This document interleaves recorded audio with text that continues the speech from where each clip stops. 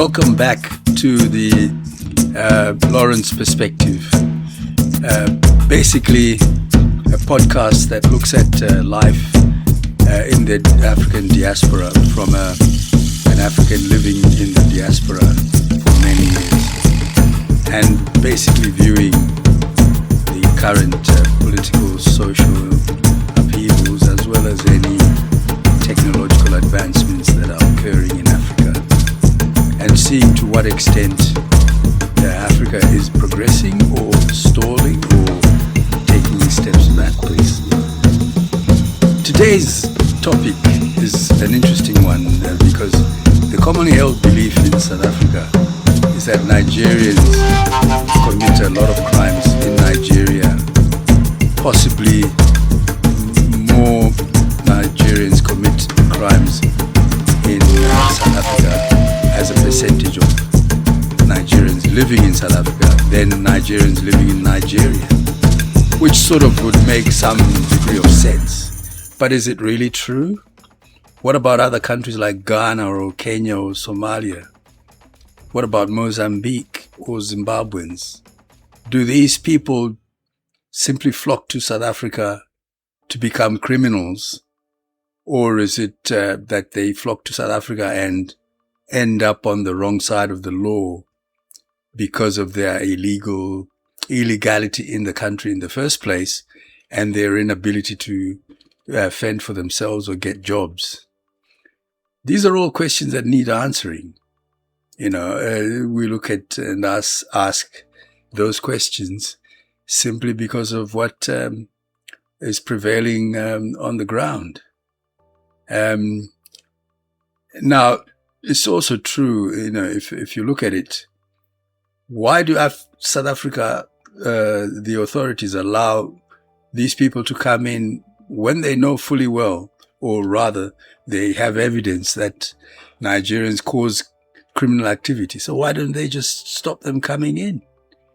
Where's the logic in continuing with allowing people of a certain background to enter your country when you know their likelihood of being criminals is high? I mean, the US does that for selective African countries. Security reasons are normally employed there when they say Somalians, Ethiopians, or Djibouti people cannot come into America regardless of what their reasons are for entering. So surely that's a way of preventing the situation escalating. However, there are some evidence or otherwise of some of these facts. Now, there is a difference between perception and actual crime statistics, migration patterns, and public policy. Now, there's no credible evidence that Nigerians, Zimbabweans, Ghanaians, or Kenyans become more criminal simply by living in South Africa.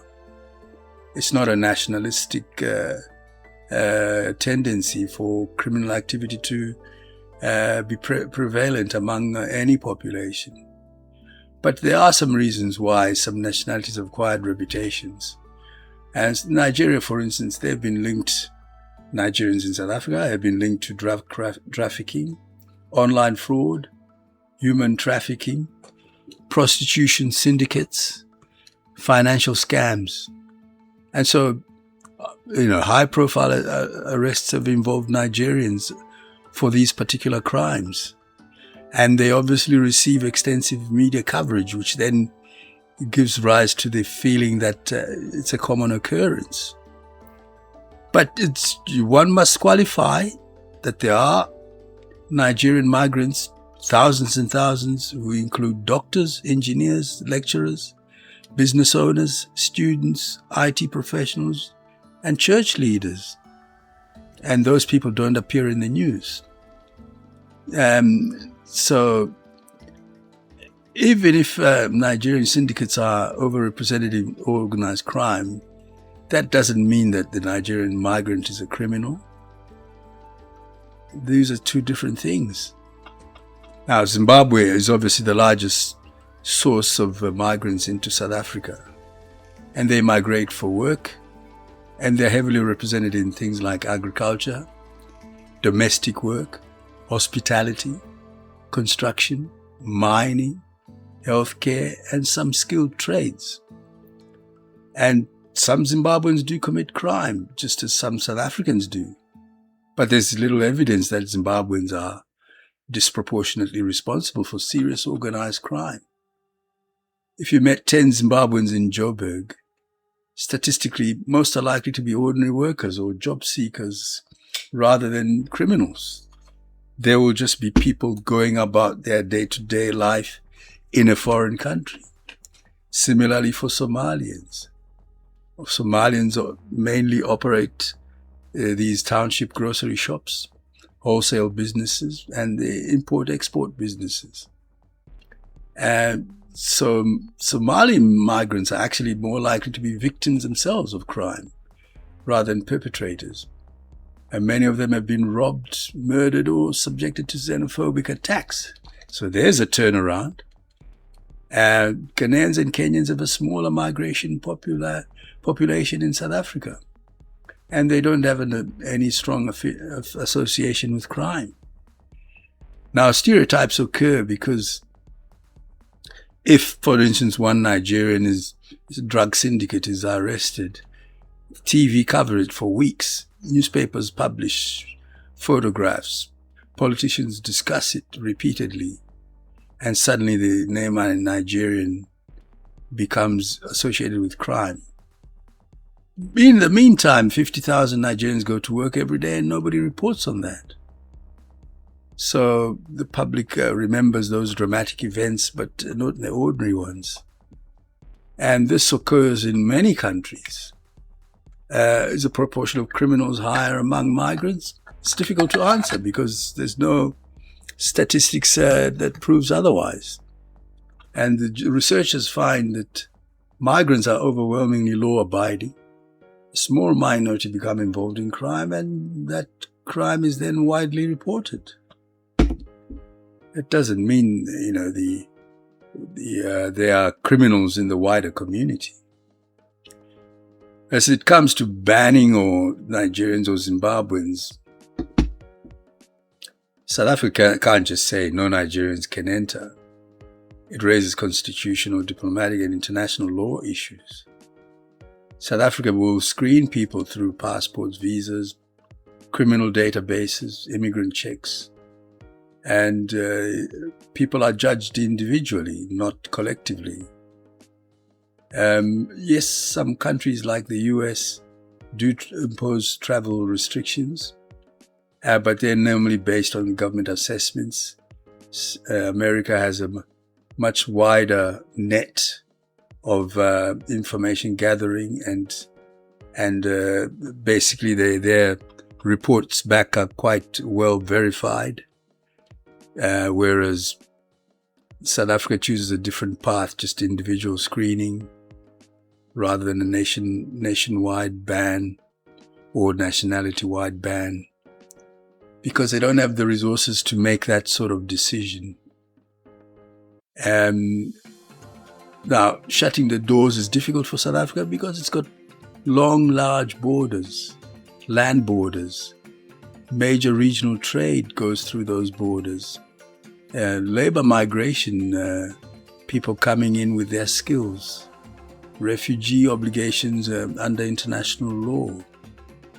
And the SADC economic integration basically hamstrings them to make decisions made through that body. And millions of people cross the border every year. So sealing the border would be enormously expensive, and it would disrupt commerce, tourism, and industries that rely on that cross-border labor.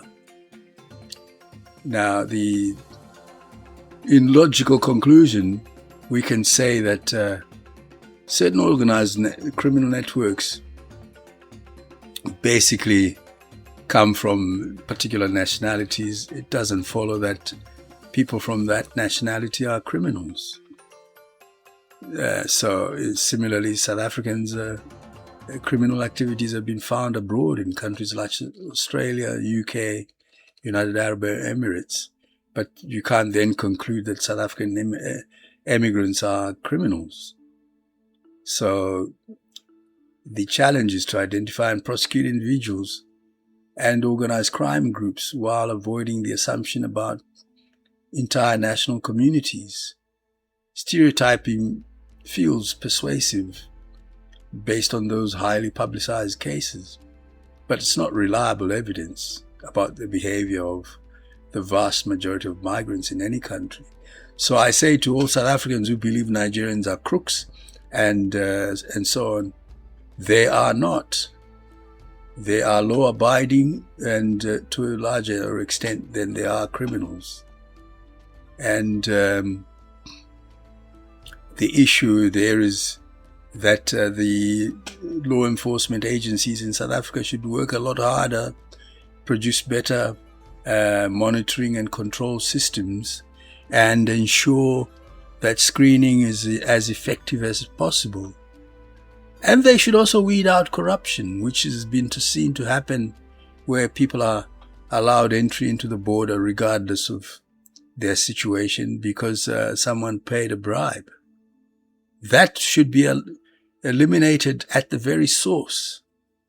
A few suggestions come to mind, which would be like swapping border authorities around, moving them around so they don't get too familiar with one particular border and border crossing. So every 3-6 months, move the guys around. Then you have different people at different times all the time. Anyway, that's Lawrence trying to keep a level head and keep the discussion and topical issues under review with evidential background and cross-referencing by all parties. To you all podcasters, I say have a good day, and we shall meet again in the near future. So if I was a Nigerian, as Nigerians do, continue working hard and improving your lot, and all South Africans continue harmonizing your situation with other Africans.